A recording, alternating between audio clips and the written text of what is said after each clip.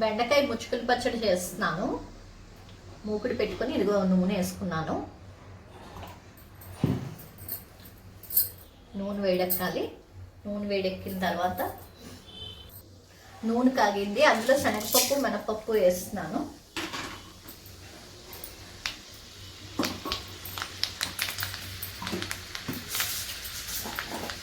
అలాగే కొంచెం ఆవాలు,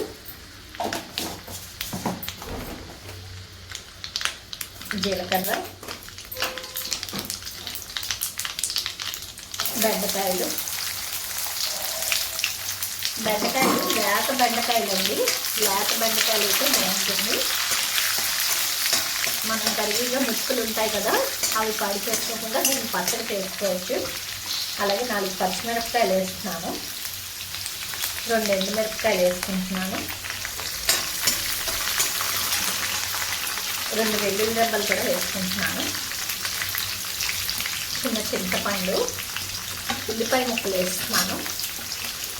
టమాటా ముక్కలు కూడా వేస్తున్నాను. ఇవన్నీ వేగాలి.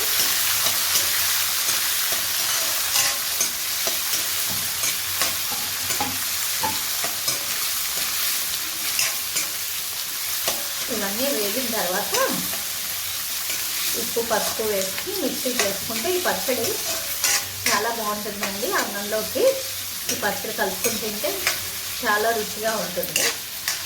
లేత బెండకాయలు, మనం బెండకాయ కూర చేసుకుంటాం కదా, చేసుకునేటప్పుడు ఆ కాయలు ముక్కలు తీసి మీరు ఆ రోజు కావాలంటే ఆ రోజు చేసేసుకోవచ్చు. లేదంటే మన్నాడైనా పర్వాలేదు.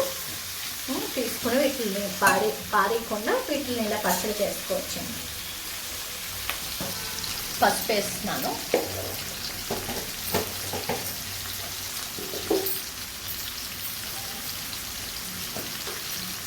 ముక్కలు మగ్గడానికి ఉప్పు కూడా పచ్చడికి సరిపడా ఉప్పు వేసేస్తున్నాను.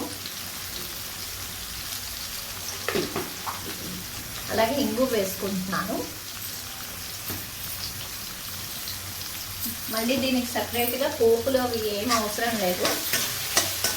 దీన్ని వేగిన తర్వాత కొంచెం చల్లారాక మిక్సీ కొట్టేసుకుంటే అయిపోతుంది. చాలా బాగుంటుంది. ఒక్కసారి ఇలా చేసి ట్రై చేసి చూడండి.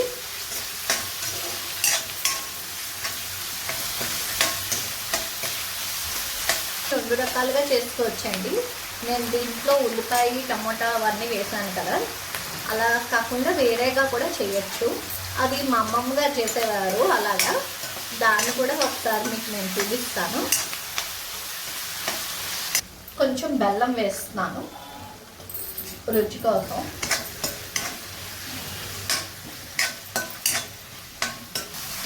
చూడండి అన్నీ మగ్గిపోయాయి కదా. దీన్ని మిక్సీ గిన్నెలోకి వేసేసుకుని కొంచెం చల్లారిన తర్వాత మిక్సీ కొట్టేసుకోండి. దాన్ని ఇప్పుడు మిక్సీ జార్లోకి వేసుకుంటున్నాను.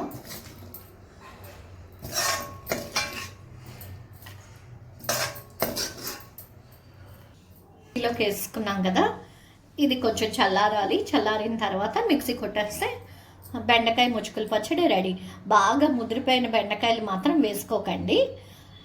కొంచెం మీడియంగా ఉన్న బెండకాయలు, లేత బెండకాయలు ముచ్చుకులు అయితే చాలా బాగుంటుంది. బెండకాయ ముచ్చుకుల పచ్చడి అయిపోయింది ఫ్రెండ్స్. మిక్సీ చేసాను. ఇది కొంచెం ఇలా కచ్చపిచ్చగా ఉంటేనే బాగుంటుంది. అన్నంలోకి వేడివేడి అన్నంలో నూనె వేసుకుని కలుపుకుంటే చాలా బాగుంటుంది. చూడండి, బెండకాయ ముచ్చుకుల పచ్చడి అయిపోయింది ఫ్రెండ్స్. కచ్చాబిచ్చాగా ఇలా మిక్సీ కొట్టుకుంటే ఆ వేడివేడి అన్నంలో నూనె వేసుకుని కలుపుకొని తినాలి. చాలా బాగుంటుంది. ఒకసారి తిని చూసి ట్రై చేయండి.